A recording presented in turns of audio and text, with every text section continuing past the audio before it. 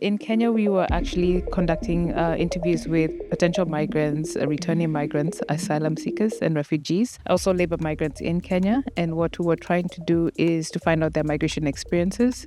We did the interviews in 3 locations: Mombasa, Kilifi, and Nairobi. There were about 64 interviews.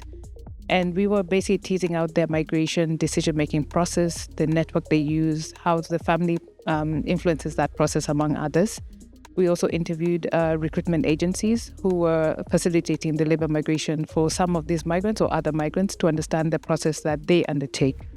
And what we're hoping to find is that when migrants make decisions, their experiences are factored into policy design and practice. But what we found were 2 things that were key.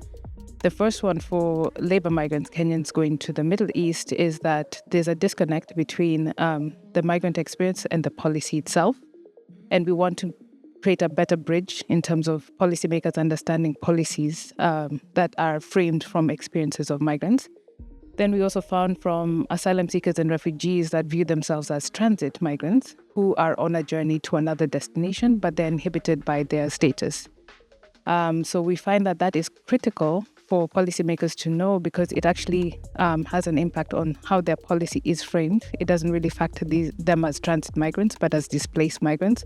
And maybe we should be having a conversation about how we can actually expand the options for refugees and asylum seekers.